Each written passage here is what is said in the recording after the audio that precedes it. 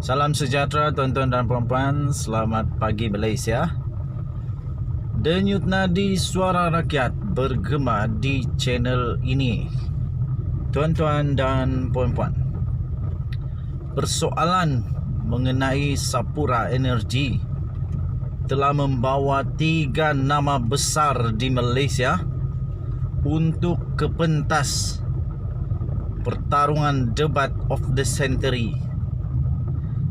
Tuan-tuan dan puan-puan, siapakah pemidato terbaik Malaysia akan ditentukan tak lama lagi.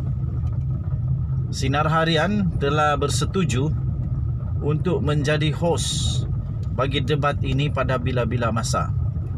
Saya pasti Datuk Seri Anwar Ibrahim, Rafizi Ramli dan pastinya bosku Datuk Seri Najib Razak sedang bertungkus lumus ketika ini, bersiap sedia untuk mencari fakta, untuk mencari segala pematah kepada debat, kepada bidasan, kepada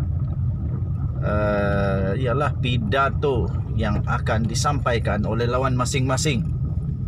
Baru sebentar tadi sinarharian.com.my mengeluarkan satu artikel, siapakah pemidato terhebat.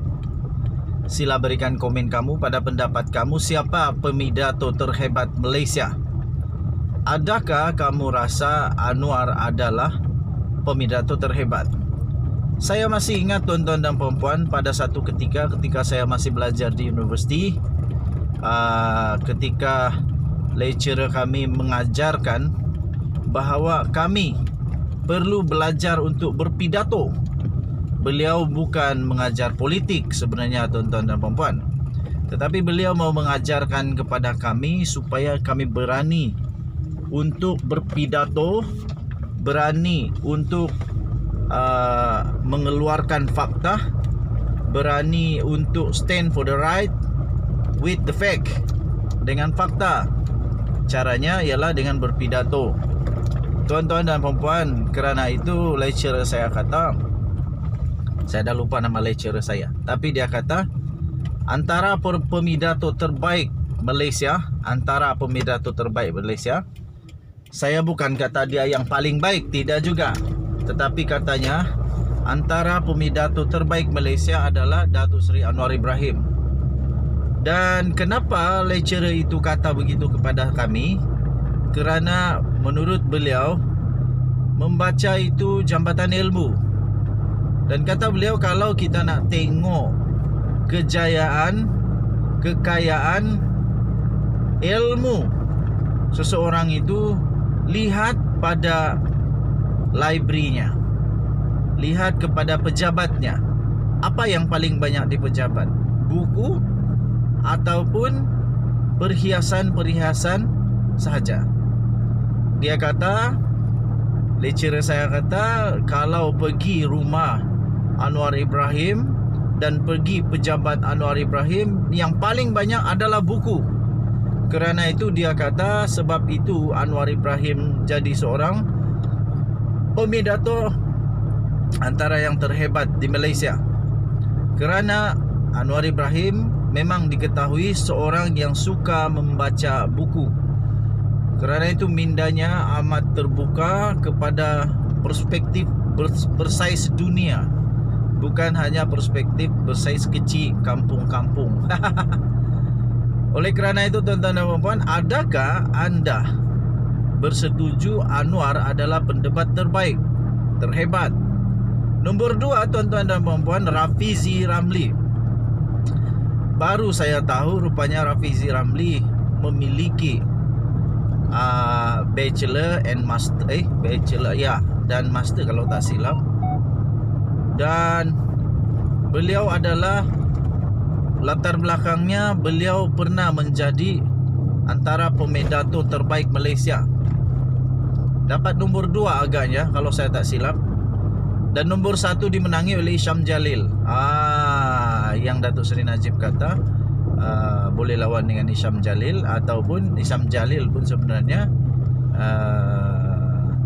maafkan saya, bukan Datuk Seri Najib Tun Razak yang suruh rasanya, tapi Hisham Jalil dia tawarkan diri untuk berdebat dengan Rafizi kalau nak. Jadi Rafizi mempunyai latar belakang pemedato antara terhebat di Malaysia. Untuk dapat nombor 2 daripada berjuta-juta rakyat Malaysia, berpuluh juta sebenarnya, itu bukan satu perkara yang mudah. Tetapi Rafizi berjaya mendapat tempat kedua. Saya fikir dengan pengalaman berpidato, bukan saja di sekolah-sekolah, di universiti, tetapi juga pengalaman beliau berpidato di arena politik dan kelantangan serta kepetahan mencari kata-kata kunci akan menjadi satu bekalan senjata utama untuk Rafizi. Jadi adakah anda bersetuju bahawa Rafizi yang terbaik, terhebat di antara mereka bertiga? Dan nombor 3, tuan-tuan dan puan-puan, Datuk Seri Najib Tun Razak. Datuk Seri Najib Tun Razak tidak ada sebarang rekod menunjukkan dia pernah berdebat di peringkat besar tinggi. Tetapi antara ketiga-tiga mereka, satu-satunya yang pernah menjadi Perdana Menteri adalah Datuk Seri Najib Tun Razak.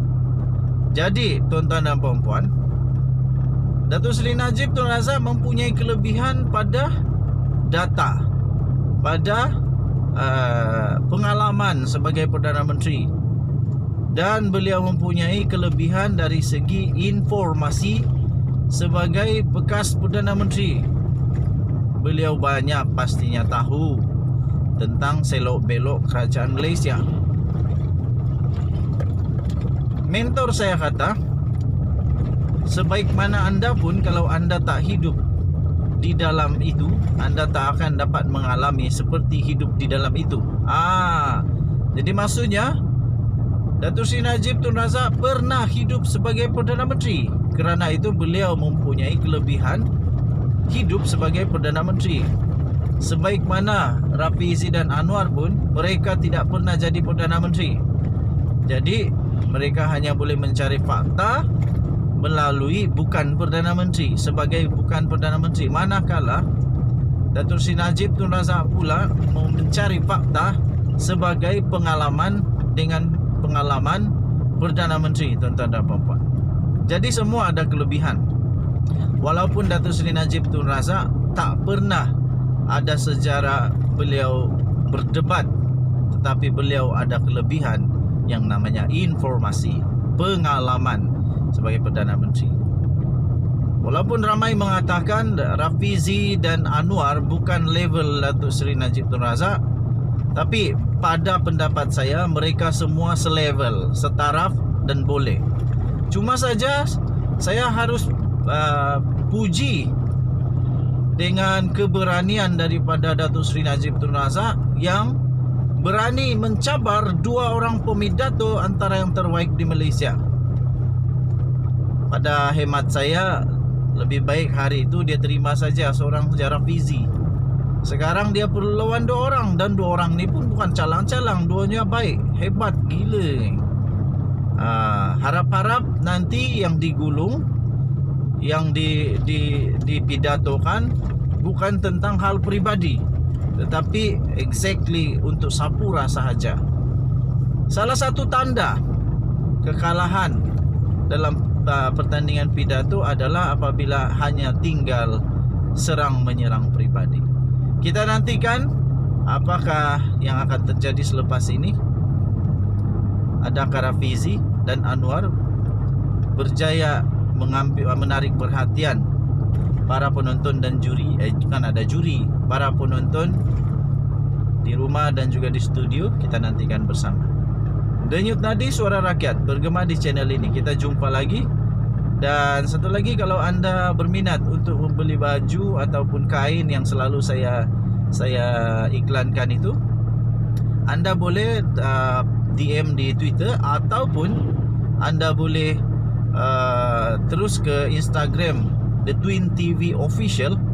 The Twin itu sambung, TV itu jarak, dan Official. Okay, The Twin sambung. Jarak TV, Jarak Official. Kita jumpa lagi.